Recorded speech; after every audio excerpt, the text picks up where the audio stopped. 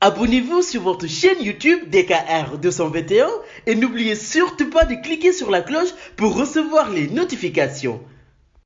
Sénégal, bonjour. Et si la messe était dite ou encore les carottes étaient cuites pour Alpha Condé? En tout cas, la tribune ce matin indique clairement que toutes les tendances sont favorables à Cellou Dalein Diallo. Donc, Dalein Dalnesi. Voilà le titre qui barre en effet la une du journal du groupe des médias qui entend par là une victoire inattendue. En attendant les résultats officiels, la tribune relève des risques de forte tension et la pression autour de Alpha Condé. Condé Alpha qui, d'après cette fois le Soleil quotidien, digne de quoi? Eh bien, du fait que son principal challengeur, en l'occurrence, Cellou Dalein Diallo, crie victoire, explique l'astre de Anne, pour l'information soulignée en appel à la une du journal Enquête, à savoir les germes d'une explosion de violence. Et comme il est dit, la violence c'est l'art des faibles et même des faibles d'esprit, pour ne pas dire des petites natures. La CEDEAO et l'Union africaine appellent au calme et au respect des règles démocratiques. Et pour éviter qu'il soit question de démocratie bananière, qui selon Alpha Blondy finit toujours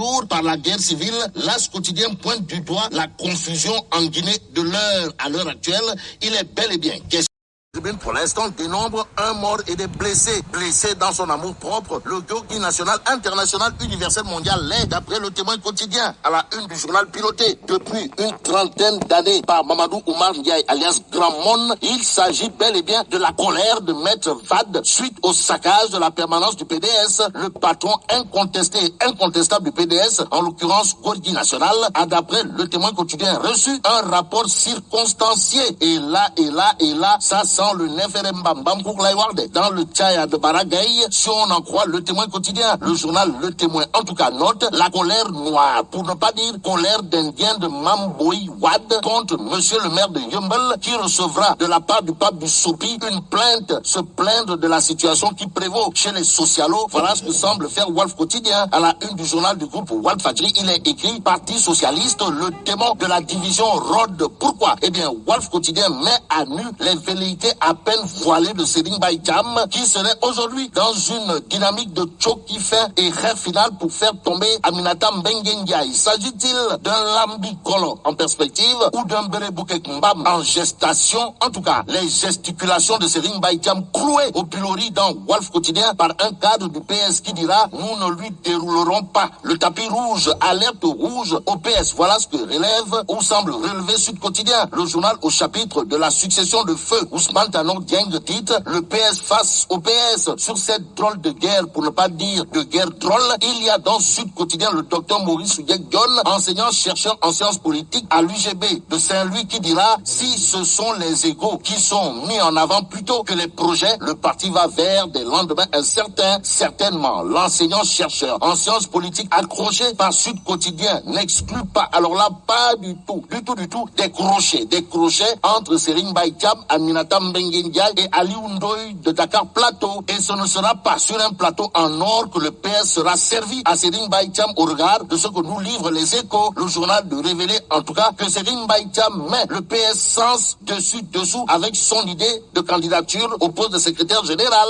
Le secrétaire général des jeunesses socialistes dans les Échos va jusqu'à élever Serigne Mbaye Thiam au rang de descendant de Iblis Astafourla. En effet, selon Bounama Sall dans les Échos, Serigne Mbaye Thiam a poignardé le PS dans le dos. Bon, intéressons-nous à la tribune qui révèle un engagement historique de chez historique du ministre Cheikh Oumar Al Foutiou Anne, à savoir tous les bacheliers seront orientés sans exception. L'exceptionnel Cheikh Oumar Anne, qui d'après l'As quotidien dira publiquement nous allons orienter plus de 65 000 nouveaux bacheliers. Les bacheliers qui auront de quoi faire du tchourpi fait une beauté d'après source à le journal sur l'orientation des bacheliers 2020 dans les institutions publiques renseigne que celui qui délivre la bonne parole pour ne pas dire la parole de Dieu, c'est le Tierno de Ndioum, et c'est le Tierno de Ndioum. En tout cas, Domouyal, Astafourla, Cheikh Oumar Al Foutiou Anne, puisque c'est de lui qu'il s'agit, a d'après source a mis les petits plats dans les grands pour que les 65